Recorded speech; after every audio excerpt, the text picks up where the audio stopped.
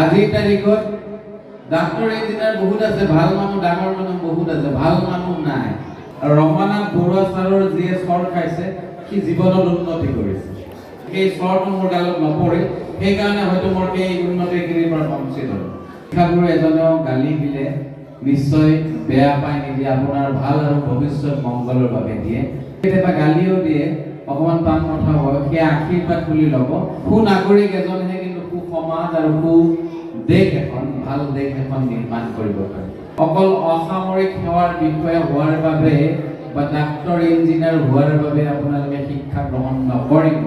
আপোনালোকে সমাজত জীয়াই থকাৰ বাবে ভাল মানুহ হোৱাৰ কাৰণে, সুনাগৰিক হোৱাৰ কাৰণে, মানুহ হোৱাৰ কাৰণে শিক্ষা গ্ৰহণ কৰিব। ছাৰে কৈছে যে বহুমূলীয়া ভাষণ, মই বহুমূলীয়া ভাষণ নিশ্চিতভাৱে দিব নোৱাৰিম। মই তিনিটা প্ৰশ্ন আপোনালোকক সুধিব বিচাৰিছোঁ, ছাত্ৰ ছাত্ৰীসকল। আপোনালোক সাজু আছে নহয় প্ৰশ্নটোৰ কাৰণে? জুবিন গাৰ্গৰ নাম শুনিছে না ছাত্ৰ ছাত্ৰীসকলক? শুনিছেনে? যে শুনিছে জুবিন গাৰ্গৰ নাম? চাৰিজনে শুনিছে, গোটেইকেইজনে শুনা নাই। গান শুনিছে না? অংগৰাগ মহন্তৰ নাম কোনে কোনে শুনিছে? অংগৰাগ মহন্তৰ নাম বেছি। গান শুনিছে না? অসমৰ এগৰাকী লোকগীত গোৱা শিল্পীৰ নাম কওকচোন, কোনে জানে? ছাত্ৰ ছাত্ৰীসকল লোকগীত। Thank you. কোন আপোনাৰ নামটো জানিব বিচাৰিম? ভাল লাগিল। ৰামেশ্বৰ পাঠকো আজিও মনত থাকিছে। মই আচলতে উদাহৰণটো বেলেগ ধৰণে দিব বিচাৰিছিলোঁ আৰু মই উদাহৰণটো দিয়াত ব্যৰ্থ হ'ম। মই ভাবিছিলোঁ যে কোৱা যে জুবিন গাৰ্গ আৰু অংগৰাগ মহন্তৰ গীত শুনাৰ পিছত লোকগীত নুশুনিব, কিন্তু মই ৰামেশ্বৰ পাঠকক অপমান কৰা হ'ব, সেইকাৰণে মই ক'বলগীয়া কথাখিনি নোকোৱাকৈ কৈছোঁ। আমাৰ লাচিত ডেকা ডাঙৰীয়া আৰু এম মহিবুৰ ৰহমান ডাঙৰীয়া ইমান সুন্দৰ আৰু সাৱলীল বাস্তৱ জীৱনৰ উপলব্ধি থকা আৰু অপ্ৰিয় হ'লেও, অপ্ৰিয় যদিও কিছুমানৰ কাৰণে, ইমান সঁচা জীয়া কথাখিনি কৈছে। আৰু ই সঁচাকৈ যদি আমি প্ৰতিজন ছাত্ৰ ছাত্ৰীয়ে যদি নিজৰ জীৱনত আমি অনুসৰণ কৰিব পাৰোঁ, পালন কৰিব পাৰোঁ, নিশ্চিতভাৱে সফল কাম হ'ম। আৰু তেখেতসকলৰ যি বহুমূলীয়া সময় নষ্ট কৰি ইয়াত আপোনালোকক এই কথাখিনি বা এই ভাৱৰ আদান প্ৰদান কৰিছে, তেখেতসকলৰ এই কথা বা এই কষ্টখিনি সাৰ্থক হ'ব বুলি ভাবোঁ। মই সুন্দৰ কথা কৈছে, তেখেতসকলৰ ওপৰত মই কথা কোৱা ধৃষ্টতা নাই কাৰণে যিখিনি কথা কৈছে সেইখিনি সঁচা আৰু সেইখিনি বাস্তৱ কথা।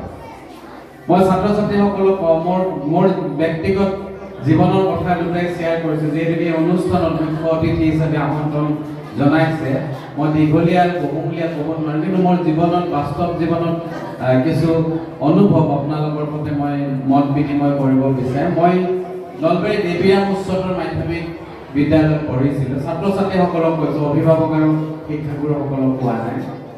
দেৱীৰাম হায়াৰ ছেকেণ্ডেৰীত আমাৰ প্ৰিন্সিপাল আছিলে ৰমানাথ বৰুৱা।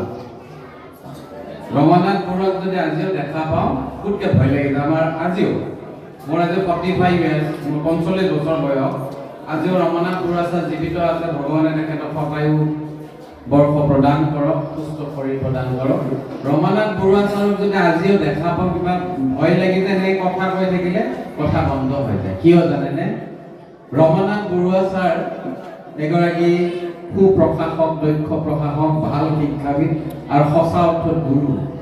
এই যে আগত যে কৈছিলে চেকনিৰ আগত বিদ্যা বুলি, সঁচা অৰ্থত সেই চেকনিৰ আগত বিদ্যা আমি পাইছিলোঁ। আৰু ৰমানাথ বৰুৱাৰ তেখেতে এনেকৈ চলোৱা নাছিলে, কেতিয়াবা চলালে তিনিটা আঙুলিৰে এনেকৈ চলাইছিলে। আৰু ৰমানাথ বৰুৱা ছাৰৰ যিয়ে চৰ খাইছে সি জীৱনত উন্নতি কৰিছে। আমাৰো অকণমান খাবলৈ সক্ষম হৈছে, ভালকৈ নাখালোঁ, সেইকাৰণে হয়তো জীৱনত উন্নতি কৰিব নোৱাৰিলোঁ। এনেকৈ এবাৰ দি থওঁতে মই এনেকৈ দিলোঁ, সেই চৰটো মোৰ গালত নপৰে, সেইকাৰণে হয়তো মোৰ সেই উন্নতিখিনিৰ পৰা বঞ্চিত হ'ল। আপোনালোককো কৈছোঁ যে শিক্ষাগুৰুৱে যেতিয়া আপোনালোকক কেতিয়াবা খং কৰিব বা গালি দিব, নিশ্চয় আপোনাক বেয়া পাই নিদিয়ে, নিশ্চিতভাৱে নিদিয়ে। যেনেকৈ আপোনাক মা বা দেউতাই কেতিয়াবা গালি দিলে বেয়া পাই গালি দিয়ে থাকে, গতিকে শিক্ষাগুৰু এজনেও গালি দিলে নিশ্চয় বেয়া পাই নিদিয়ে, আপোনাৰ ভাল আৰু ভৱিষ্যত মংগলৰ বাবে দিয়ে। গতিকে সেই গালি বা সেই এচাৰিৰ কোবটো আজিকালিতো কোবাব নোৱাৰে। লাচিত ডেকা ছাৰে ক'লে কোবালে আকৌ বিভিন্ন ধৰণৰ আইন কানুন আহি যায়। যদি কেতিয়াবা গালিও দিয়ে, অকণমান টান কথা হয়, সেই আশীৰ্বাদ তুলি ল'ব আৰু সঁচা অৰ্থত সেই আশীৰ্বাদ।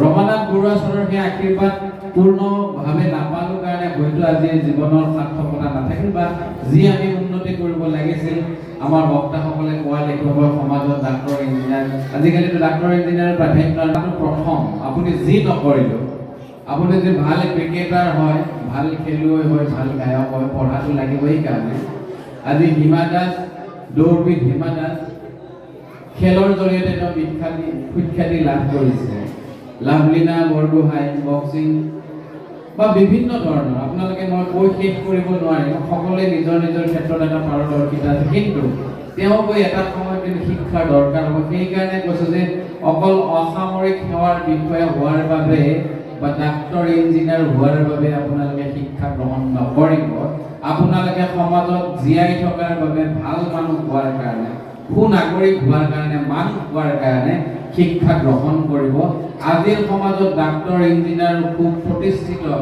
ব্যৱসায়ী ডাঙৰ ডাঙৰ মানুহ আছে সুমানুহৰ অভাৱ মই আপোনালোকক পৰামৰ্শ দিছোঁ বা আপোনালোকলৈ বিনম্ৰ আহ্বান জনাইছোঁ আজি আপোনালোকৰ এই একবিংশতিতম বাৰ্ষিক অধিৱেশনৰ মুকলি সভাৰ পৰা আপোনালোকে সুনাগৰিক হোৱাৰ চেষ্টা অব্যাহত ৰাখক সুনাগৰিক এজনহে কিন্তু সুসমাজ আৰু সু দেশ এখন ভাল দেশ এখন নিৰ্মাণ কৰিব পাৰে আজিৰ তাৰিখত ডাক্তৰ ইঞ্জিনিয়াৰ বহুত আছে ভাল মানুহ ডাঙৰ মানুহ বহুত আছে ভাল মানুহ নাই সুনাগৰিক নাই এইকাৰণে আপোনালোকে প্ৰত্যক্ষ কৰিব ৰাস্তাৰে গৈ থাকোঁতে কোনোবাই যদি শিক্ষাগুৰু এজনক সন্মান কৰিব নাজানে জ্যেষ্ঠ এজনক সন্মান কৰিব লাগে মদৰ দোকান ফাৰ্মাচীতকৈ বেছি হৈছে ক'বলগীয়া নাই চৰকাৰে ৰাজহ পাইছে কিন্তু মদটো এটা অস্পৃশ্য যেন বা আমাৰ সমাজত মদ ভাং চিগাৰেট এই ধৰণৰ বস্তুটো বেয়া বুলি আমি সকলোৱে জানো বা কওঁ গতিকে আপোনালোক বা আমি আজি হয়তো পৰিণত হৈছোঁ কোনোবাই মদ খায় কোনোবাই ভাং খায়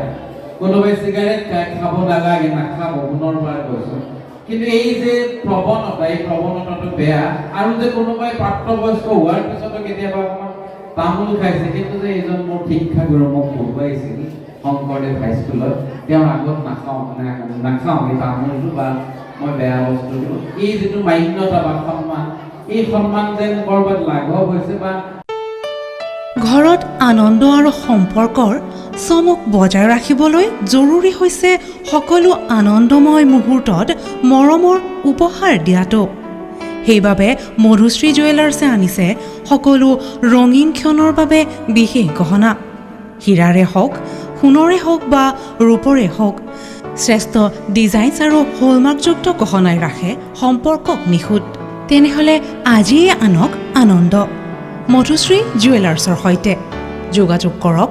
7002800341 নাইবা ভিজিট কৰক LNB ৰোড নলবাৰী অসম